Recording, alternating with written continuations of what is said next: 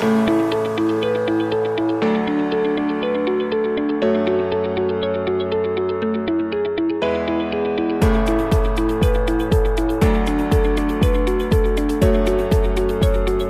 in the regulation of what glycolysis, how can we regulate glycolysis? We can regulate glycolysis dietally, hormonally, and allosterically. Very simple. Dietally. So how can we regulate it dietally? We can regulate it dietally by doing fasting, strenuous exercise. When you are not taking fatty foods, or when you have starved for a long time, what happens? Your body start breaking what TAG, like we discussed. So when you break TAG, what happens? The TAG form fatty acid, and the fatty acid undergo beta-oxidation for ATP. So what? Strenuous exercise, starvation and fasting stimulate what? Beta-oxidation. But a welfare state inhibit what? Beta-oxidation. Very, very simple. So when you are taking food rich with fatty acid, you are decreasing beta-oxidation and you are promoting what? Lipogenesis. Very, very simple. So in the hormonal regulation of with the hormonal regulation of beta-oxidation, what happens?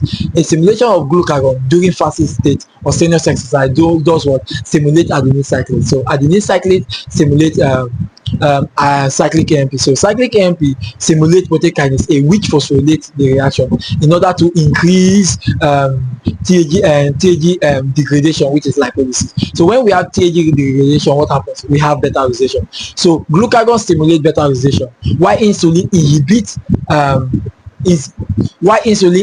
beta-oxidation and promote lipogenesis. Don't forget. So glucagon promote beta-oxidation and inhibit lipogenesis, while insulin promote lipogenesis and inhibit beta-oxidation. Very, very easy. So the last one is allosteric. The only rate limiting enzyme here is the carnitine transferase enzyme. So the CAT1 and CAT2 enzyme and the carnitine translocase enzyme are being inhibited, especially the CAT1. So the CAT1 is inhibited by Malonyl-CoA. So Malonyl-CoA is formed in fatty acid synthesis. So when you have Malonyl-CoA, you are inhibiting beta-oxidation. So when you are taking food, when the fatty acid is being formed, if fatty acid is a high amount of food intake of fatty acid, there's usually formation of what? Malonyl-CoA. And when you have Malonyl-CoA, you are inhibiting beta-oxidation and you are promoting what? Fatty acid synthesis.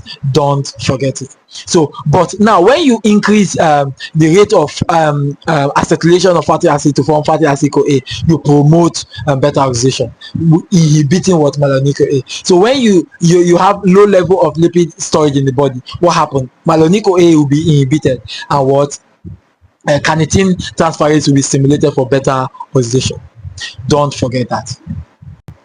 So hope you have understood the beta-oxidation process now, especially the regulation, how they are regulated, how our body regulated dietary, hormonally, and allosterically. I hope it all made sense to you. So if you are new to my channel, make sure to subscribe and turn on your post notification button so that anytime I drop any video, you'll be sure to be notified. So if you want a video to be made for you, or you do not understand any of these videos, put it down in the comment section. I'll make that video personally for you so that you understand. So we'll be moving to what? When there's excess beta-oxidation, what will happen? Ketogenesis will occur. So we'll move to genesis reaction.